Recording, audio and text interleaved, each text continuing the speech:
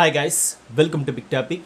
இந்த நாம் டம்மி கட்சி இருக்குல்ல, அந்த கட்சிக்கு நம்ம நாம் டம்மி கட்சின்னு பேர் வச்சது சரிதா அப்படின்னு மாதிரியே நிரூபிக்கிற மாதிரியே சில வேலைகளை பண்ணிகிட்டு இருக்காங்க இந்த நாம் டம்மி கட்சி சேர்ந்த ஒருங்கிணைப்பாளர் திரு சீமான் அவர்கள். அதாவது ஒரு கட்சியை இது வரைக்கும் ஒரு சீட்டு கூட ஜெயிக்காமல் இருக்குது 15 வருஷமாக. அந்த கட்சியினுடைய ஒருங்கிணைப்பாளர் கூட ஒரு சீட்டு கூட வாங்காமல் இருக்கார், ஜெயிக்காமல் இருக்கார். ஏன் அப்படின்றத பற்றி இந்த வீடியோவில் கூட நம்ம டீட்டெயிலாக தெரிஞ்சுக்கலாம். புதுசாக வந்திருக்கிற தாவேகா கட்சி வச்சு கூட பார்த்தோம்னா நாம் தமிழர் கட்சியை நம்ம ஜட்ஜ் பண்ணிடலாம், சில அறிவுரைகளை கொடுக்கலாம். அது என்ன அப்படிங்கிறத பார்த்துட்டு இந்த சீமானோட படுதோல்வி எப்படி இருக்க போகுது அப்படிங்கிறத பார்த்துட்டு தம்பிகளால் எப்படி கதற போகிறாங்க அப்படிங்கிறத கொஞ்சம் இமேஜின் பண்ணி பார்ப்போம். அதுதான் அந்த வீடியோவே. நாட்டில் என்ன சார் நடக்குது? நாடு எங்கே சார் போகுது? நாடு நாசமா போகுது. உனக்கு என்ன பிரச்சனை? காரைக்குடி தொகுதியோட சட்டமன்ற வேட்பாளர் நாம் தமிழர் கட்சி யார் அப்படின்னா நம்ம அண்ணன் சீமான் தான். சீமான் அங்கே தான் போட்டி போட போகிறார். ஒரு கட்சியினுடைய தலைவர்லாம் கிடையாது, ஒருங்கிணைப்பாளர் இப்போதைக்கு வச்சுக்குமே. அந்த கட்சியினுடைய தலைவர் திரு சீமான் அவர்கள், அந்த சீமான் அவர்கள் அந்த கட்சியில் படுதோல்வி சந்திக்க போகிறாரு. இது எல்லாத்தையும் தாண்டி அங்கே மக்கள்கிட்ட ஒரு மாற்றத்தை கூட இவரால் ஏற்படுத்த முடியாது. இவர்னாலையும் அங்கே எந்த மக்களுக்கும் மாற்றமும் கிடையாது. இதுதான் ரியாலிட்டி, கள நிலவரம் அதுதான். காரைக்குடியில் அப்படி என்ன ப்ரோ இருக்குது அப்படின்னு கேட்டால், தாவேக்கா அங்கே மிகப்பெரிய ஃபார்ம் பண்ணி வச்சுருக்குல்ல. யார் அப்படின்னா நம்ம டாக்டர் பிரபு இருக்கார்ல, அவர் தான். சொன்னோன்னே உங்களுக்கு எல்லாம் மைண்டில் ஞாபகம் வந்திருக்கும். காரைக்குடியில் அவர் எங்கே போவார், என்னென்ன பண்ணுவார், எங்கெங்கே மக்களை சந்திப்பார், என்னென்ன உதவியில் பண்ணுவார், தினமும் பார்த்தோம்னா அவர் என்னென்ன பண்ணிக்கிட்டு இருக்காரு அப்படிங்கிற அந்த வியூ உங்கள் கண் முன்னாடி வந்து போகும்ல. ஒரு நாளாக 2 நாளாக பல நாள், கட்சி ஆரம்பித்த நாள்லேருந்து, அதுக்கு முன்னாடி இருந்தே விஜய் ரசிகர் மன்றத்தில் இருந்திருக்காங்க, விஜய் ரசிகராக இருந்திருக்காங்க, அப்பவே பண்ணியிருக்காங்கன்னு வச்சுங்களேன். இப்போது கட்சி ஆரம்பித்ததுக்கப்புறமா அவருன்னு ஒரு டீம் வச்சுருக்காரு. அந்த டீமை வச்சு அங்கே இருக்கிற மக்களுக்கு எந்த மாதிரியான உதவிகள் பண்ணணும், எந்த இடத்துல எந்த உதவி தேவை. முக்கியமாக தளபதி சொன்னார்ல இந்த வேலூர் பிரச்சாரத்தில், அந்த ஜல்லிக்கட்டு அந்த காளமாட்டுக்கு என்ன தேவை அதை அறிஞ்சு நம்ம உதவி பண்ணாலே போதும், அனுபவமெல்லாம் தேவையில்லைன்னு சொன்னார்ல. அதுதான் இங்கே இப்போ கரண்ட் பிரச்சனை. அங்கே இருக்கிற மக்களுக்கு என்ன பிரச்சனை, என்ன நடந்துகிட்ருக்கு, அவங்களுக்கு தேவை என்னவா இருக்குது அப்படின்றத தெரிஞ்சு களத்தில் நேரடியாக போய் அதை கேட்டு உதவி பண்ணிகிட்டு இருக்கக்கூடிய ஒரு நபர் அப்படின்னா டாக்டர் பிரபு அவர்கள் காரைக்குடியில். அதை ஒரு வீடியோவாக எடுத்து போடுவார். வீடியோ போடுறது ஒன்றும் தப்பு கிடையாது, ஏன்னா நாங்கள் வரதுக்கு முன்னாடி இவ்வளோ பண்ணுறோம், வந்தால் இதையும் தாண்டி பண்ணுவோம் அப்படின்றத காட்டிருக்கு. இந்த மாதிரியான விஷயங்களெல்லாம் பெரிய அளவில் ஒன்றும் பார்த்தோன்னா தப்பு கிடையாது. அது அவங்க அரசியலுக்கு வரக்கு முன்னாடியே பண்ணாங்க, இப்பவும் பண்ணிட்டு தான் இருக்காங்க. அந்த மாதிரி தினமும் பார்த்தோம்னா மக்கள் அங்களுக்கு என்ன பிரச்சனை, ஏதோ ஒரு பிரச்சனை இருக்கா என்ன அப்படிங்கிறத காரைக்குடி மொத்தமாக கவர் பண்ணியிருக்கார் அண்ணன். அந்த லெவலில் மக்களை போய் ரீச் ஆகியிருக்கார் நபர். அங்கே டாக்டர் பிரபு அப்படின்னாலே எல்லாருக்கும் தெரியும் ரேஞ்சுக்கு வச்சுருக்காங்க வச்சுங்களேன். தாவேகா கட்சி சேர்ந்த நபர் அப்படின்ற ரேஞ்சுக்கு மக்கள்கிட்ட ரீச் ஆகியிருக்காரு நம்ம அண்ணன். அதில் களத்தில் இறங்கி செஞ்சுட்டு இருக்கக்கூடிய ஒரு நபர். அவருடைய சொந்த பணத்தில், தளபதி பணமோ அது இருந்தாலும் இருக்கலாம், ஆனால் அதெல்லாத்தையும் தாண்டி அவருடைய சொந்த பணத்துலையும் பண்ணிக்கிட்டு இருக்காரு. முடிஞ்ச உதவிகள், மருத்துவர் அப்படின்றதுனால அது ரீதியாக உதவிகள் பண்ணிகிட்டு இருக்காரு. ஏன் தளபதி போடுற எல்லா மாநாடு பொதுக்கூட்டங்களுக்கு அவரும் பார்த்தோன்னா அந்த அவரோட டீமை இறக்குவார். அந்த ஃபஸ்ட் எய்ட்னு சொல்லுவாங்களா, அந்த மாதிரியான பிரச்சனை எல்லாத்தையும் பார்த்தோன்னா அங்கே அவர் பார்த்துக்குவார். அந்த லெவலில் வச்சுருப்பார் அவர். எல்லாத்தையுமே கரெக்டாக பண்ணக்கூடிய ஒரு நபர். அங்கே காரைக்குடி தொகுதி இருக்குது. அங்கே சீமான் என்ன ஒன்றும் பண்ணல. அவர் அங்கே என்ன பண்ணாருன்னா ஒன்றும் பண்ணல. இவங்களோட நோக்கமே என்ன அப்படின்னா, வேட்பாளரை இந்த தொகுதிக்கு நாங்கள் அறிவிக்கிறோன்னு சொல்லிடுவாங்க. ஓகே, சொல்லிட்டு போங்க, பிரச்சனை கிடையாது. அங்கே என்ன பண்ணுவாங்க அப்படின்னா, அந்த தொகுதியில் இருக்கிற எல்லா முட்டு சந்தும் இருக்கும்ல, அந்த முட்டு சந்தில் ஒரு 300 பேரை கூப்பிட்டு அவங்கள கடிக்கிறது. திமுகவை கடிக்கிறது, அதிமுகவை கடிக்கிறது, பிஜேபி கடிக்கிறது, இப்போ விஜய் கடிக்கிறது. இது அவங்களோட வேலை. இத்தனை வருஷமாகவே இப்படி தான் அரசியல் பண்ணிகிட்டு இருக்காங்க. அவள் அப்படி, இவ இப்படி, சரிடா நீ எப்படி அதை சொல்லு அப்படின்னா நாங்கள் வந்தால் செய்வோம். அப்போ டாக்டர் பிரபு அவர் என்ன வந்தால் செஞ்சுக்கிட்டு இருக்காரு. அவர் பல நாளாக அவர் மக்களுக்கு தேவையான உதவிகளை தொடர்ந்து பண்ணிட்டு போயிட்டே இருக்கார்.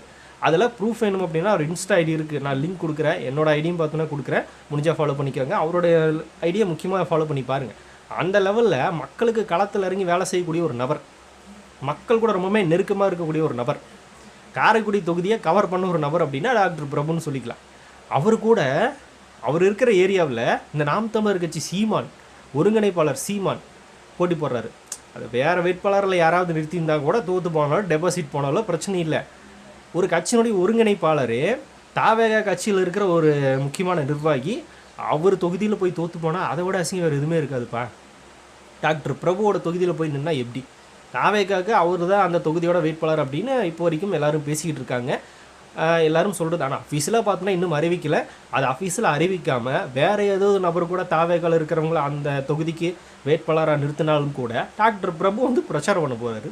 அவங்களுக்காக இறங்கி பிரச்சாரம் பண்ண போகிறாரு. இந்த இடத்துல டாக்டர் பிரபு அப்படின்றதையும் தாண்டி தாவேகா கட்சி அப்படிங்கிறத அவர் அடையாளப்படுத்தியிருக்காரு. அந்த கட்சி சார்பாக காரைக்குடியில் யாரை நிறுத்தினாலும் டாக்டர் பிரபு அவர்களும் போவார். அந்தந்த மக்களுக்கு உதவி பண்ணியிருக்காருல, அது அங்கே இருக்கிற மக்கள் பல பேருக்கு தெரியும். ஆனால் வந்து நிற்பார், எது ஒன்றா பண்ணுவார் அப்படின்றது அந்த லெவலில் கவர் பண்ணியிருக்காரு. அரசியலுக்கு ஆட்சிக்கு வரக்கு முன்னாடியே பண்ணிட்டு இருந்திருக்காரு அப்படின்றத சொல்லி பிரச்சாரம் பண்ணுவாரான்னு. அப்பவும் பார்த்தோன்னா இவங்களுக்கு வீக்காக தான் போகும். அண்ணனே நிற்க வைக்காமல் வேறு யாராவது நிற்க வச்சாலும் கூட பிரபு அவர்கள் போய் பிரச்சாரம் பண்ணும்போது இன்னும் ஸ்ட்ராங்காக அந்த இடத்துல பார்த்தோன்னா தாவேக்கா ஃபார்ம் பண்ணும். அந்த லெவலில் தாவேக்கா கட்சி அவர் அங்கே வச்சுருக்காரு காரைக்குடியில். எல்லா மக்களுக்கும் அவர் தெரியும்னு வச்சுங்களேன். ஆனால் இவங்க முட்டு சந்தில் எப்போ பார்த்தாலும் ஒரு கூட்டத்தை கூட்டிக்கிட்டு 300 பேர் உட்காந்து வச்சு இப்படின்றானுங்க. என்னடா அது குளுக்கோஸ்னே ஏற்றணுமான்னா அதுவும் இல்லை. தமிழ் தேசியம் பாருங்கள் எப்படி ஏறுது அப்படின்னு. அப்புறம் என்ன ஜெயிக்க மாட்டேறீங்க அப்படின்னா அது எங்களுக்கு தெரியாது. அது இவங்கன்னா சீமானுக்கே தெரியாது ஏன் ஜெயிக்கணும். மக்களோட களத்தில் ஏதாவது உதவி பண்ணாதானே களத்தில் சீமான் அப்படின்னு. அதாவது இப்போது சீமான் பிரபு இவங்க 2 பேரும் எடுத்துக்கோங்களேன். காரைக்குடியில் ஒரு பிரச்சனை வந்துருச்சுங்க. டாக்டர் பிரபு இறங்கி அங்கே இருக்கிற மக்களுக்கு அத்தியாவசிய தேவைன்னு அந்த உதவியை செஞ்சு கொடுப்பாரு. ஆனால் இதே பக்கம் சீமான் அந்த பக்கம் போனாருன்னு வச்சுங்களேன், அவங்க பிரச்சனை நின்றுருப்பாங்களே, கையை பிடிச்சிப்பாரு. உடனே கையை பிடிச்சிப்பாரு. நாங்கள் இருக்கோம், கவலைப்படாதீங்க, நாங்கள் உங்களுக்காக நிற்போம், நாங்கள் உங்களுக்காக குரல் கொடுக்குறோம் அப்படின்னு கையை பிடிச்சிப்பாரு. அங்கே தம்பிகளோட நிறுத்தி வச்சுருவார். இல்லை அப்படின்னா ப்ரெஸ் நின்றுருக்கும். ஆனால் எடுங்கடா ஃபோட்டோவை சீக்கிரமா, ஆனால் எடுறா சீக்கிரமா அப்படின்னு தம்பிகளுக்கு நைஸாக சைகை கட்டுவார். ஃபோட்டோ எடுத்தோடனே கை எடுத்துகிட்டு ஓகே பாய் அப்படின்ட்டு கிளம்பிடுவார். அடுத்த இடத்துல இன்னொரு பிரச்சனை நடந்துக்கும்ல, அங்கேயும் அதே மாதிரி கையை பிடிச்சி ஒரு ஃபோட்டோ இறா சீக்கிரம் எடுத்துருவாங்க. அப்புறம் கிளம்பிடுவார். அதை எடுத்துகிட்டு வந்து இந்த நாம் தமிழ் கட்சி தம்பிகள் எல்லாருமே சோசியல் மீடியாவில் பரப்புவாங்க. என்னென்னு களத்தில் அண்ணன் சீமான், மக்களுடன் சீமான், அவ்வளோதான், வேறு ஒன்றும் கிடையாது. அவங்களுக்கு ஏதாவது உதவி பண்ணிங்களான்னா அப்படிலாம் ஒன்றும் இல்லை. நாங்கள் போய் நின்று ஆறுதல் சொன்னது ஒரு அரசியலடா. அந்த இடத்துல தேவை அறிஞ்சு உதவி பண்ணுங்கள். அந்த மக்களுக்கு ஒரு போட்டில் சாப்பாடு வாங்கி கொடுத்துருப்பாங்களா? ஒரு குழந்தைங்களுக்கு பேனா பென்சில் நோட் புக்னு வாங்கி கொடுத்துருப்பாங்களா? இந்த மாதிரி சின்ன உதவிகளாக பண்ணியிருக்காங்களான்னா இவங்க கட்சியில் இது வரைக்கும் பண்ணதை சரித்திரமே கிடையாது. எவனுமே பண்ணியிருக்க மாட்டான். அந்த லெவலில் தான் இவங்க கட்சியோட தலைவரே இருக்கார். அப்புறம் எப்படி மற்றவங்க பண்ணுவாங்க? நிதி இருக்கா, நிதி கொண்டு வந்தியா அப்படின்னு அவங்க கட்சி நபர்களே மிரட்டுவாங்க. சரி, அந்த நிதியை வாங்கி மக்களுக்கு ஏதாவது நலத்திட்ட உதவிகள் பண்ணியிருக்காங்களான்னா ஒன்றும் கிடையாது. இவங்க கட்சி நடத்துகிறாங்களாமா, அதில் தான். அந்த கட்சி நடத்துறதுக்கு எது காசு? அண்ணன் வர போகிறாரு, பின்னாடி 4 தம்பிங்க வர போகிறீங்க, ப்ரெஸ் மீட் வர போகிறாரு, பேச போகிறீங்க, வேறு என்னத்தை பண்ண போகிறீங்க? அப்புறம் நீங்கள் எந்த ஏரியாவுக்கு போகிறீங்களோ அந்த ஏரியா சம்மந்தப்பட்ட நிர்வாகிகள் எல்லாருமே போஸ்ட் அடிச்சு விட்டுறாங்க. அந்த முட்டு சந்தில் ஒரு சின்ன மேடை போட்டுறாங்க, பின்னாடி உனக்கு கட் அவுட் வச்சிடுறாங்க, பிரபாகரனோட ஃபோட்டோவை சின்னதாக வச்சிடுறாங்க, இவரோட ஃபோட்டோ பெருசாக வச்சிடுறாங்க. அது அவங்களோட செலவு, அவங்க பார்த்துக்குறாங்க. அப்புறம் இவர் திரள்நிதி என்னதான் பண்ணுறாரு? கேள்வி வேணால் தம்பி கேட்குறானுங்களா? ஒன்றும் கேட்க மாட்டாங்க.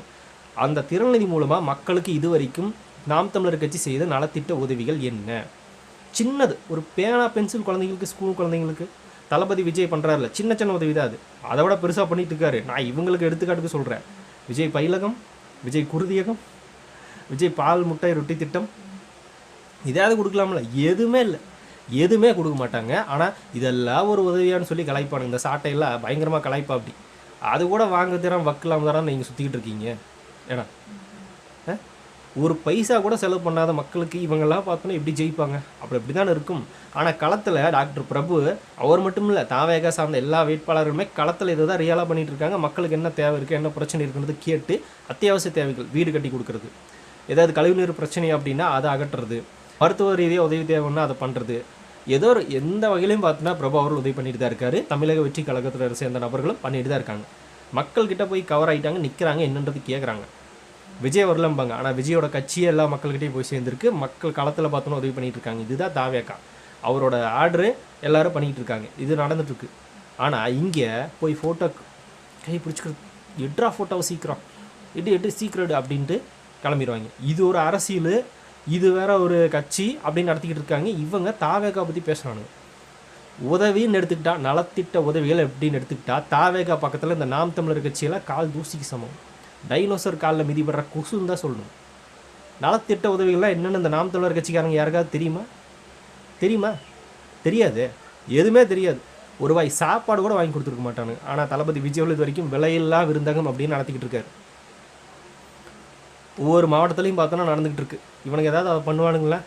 இவனுக்கு திரட்டி இவனுக்கு விலையில்லா உணவகத்தை இவங்க உணவு போயிட்டே இருப்பாங்க, வேறு எதுவும் பண்ண மாட்டாங்க. அந்த லெவலில் இந்த நாம் தமிழ் கட்சியை இது வரைக்கும் ஜெயிக்கல அப்படின்னா, ஸ்டேஜை போட்டு முட்டு சந்தில் 300 பேர் முன்னாடி கத்துனால ஜெயிக்க முடியாது. அந்த 300 பேருக்கு என்ன பிரச்சனைன்றதை இறங்கி அந்த இடத்துல நலத்திட்ட உதவின்னு ஒன்று இருக்குல்ல, அரசாங்கத்தினாலே கைவிடப்பட்ட நபர்கள், அரசாங்கத்தினால கூட உதவி போய் செய்கிற நபர்கள் இருப்பாங்கள்ல, அவங்களோட பிரச்சனையை அறிஞ்சு அங்கே போய் உதவி பண்ணணும். அதுதான் நலத்திட்ட உதவி. கடைசிக்கு ஸ்கூல் குழந்தைங்களுக்காக ஏதோ ஒரு உதவி பண்ணியிருக்காங்களா? எதுவுமே இல்லை. இவங்களோட பசங்க பார்த்தோன்னா அமெரிக்கன் ஸ்கூலில் படிப்பாங்க. ஆனால் அந்த அடுத்தட்டில் இருக்கிற மக்களுக்கு பார்த்தோன்னா எதுவும் கொடுக்க மாட்டாங்க. உடனே என்கிட்ட காசு இல்லாமங்க, தாவேக்கா கட்சி சார்ந்த நபர்கள்ட்ட யார்கிட்ட காசு இருக்குது, நிர்வாகிகள்கிட்ட யார்கிட்ட காசு இருக்குது, அவங்களால முடிஞ்ச கை காசை போட்டு பண்ணுறாங்களா, அதையாவது பண்ணி தொலைங்கன்னா அதையும் பண்ண மாட்டாங்க. இவங்க ஏன் ஜெயிக்கல அப்படின்றது இதெல்லாம் மிகப்பெரிய எடுத்துக்காட்டு.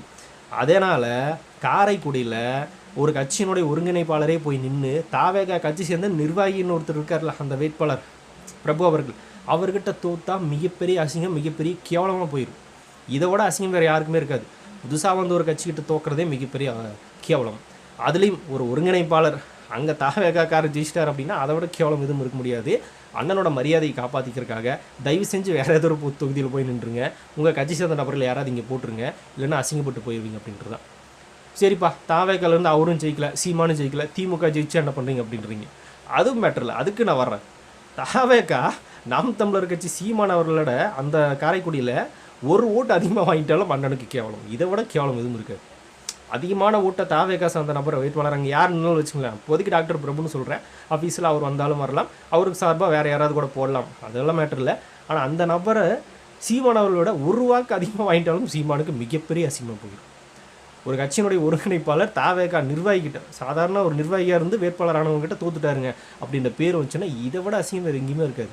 வேறு ஏதோ ஒரு ஏரியா கவர் பண்ணுங்க, அங்கே மட்டும் போனாலும் அங்கே தாவேக்கா அட்டா ஆமாம்ல, அப்போ அண்ணன் நிற்கவே கூடாது போல், எலெக்ஷனில் நிற்கவே முடியாது போல், இங்கே நின்னாலும் பார்த்தோன்னா அடிதான்.